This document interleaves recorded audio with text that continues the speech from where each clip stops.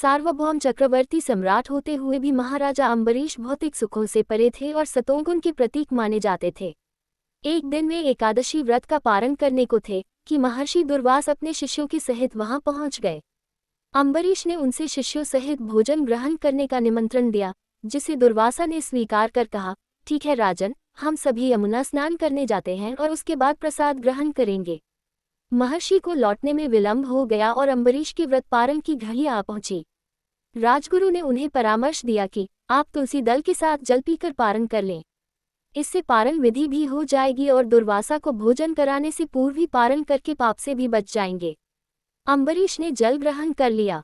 दुर्वासा मुनि लौटे तो उन्होंने योगबल से राजन का पारण जान लिया और इसे अपना अपमान समझकर महर्षि ने क्रोधित होकर अपनी एक जटा नौची और अम्बरीश पर फेंक दी। वह कृत्या नामक राक्षसी बनकर राजन पर दौड़ी।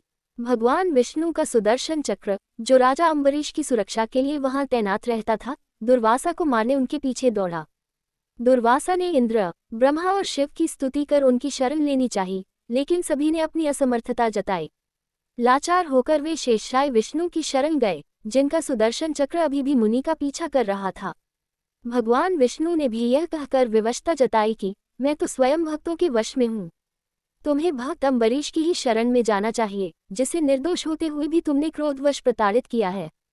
हारकर क्रोधी दुर्वासा को राजा अम्बरीश की शरण में जाना पड़ा। राजा ने उनका चरण स्पर्श किया और सुदर्शन चक्र लौट गया। तात्पर्य यह है कि क्रोध ऐसा तमोगुण है जिसका धारण करता दूसरों के सम्मान का अधिकारी नहीं रह जाता, यहाँ तक कि भगवान भी उसे अपनी शरण नहीं देते। गीता भी कहती है, क्रोध से मोह उत्पन्न होता है और मोह से स्मरण शक्ति का विभ्रम हो जाता है।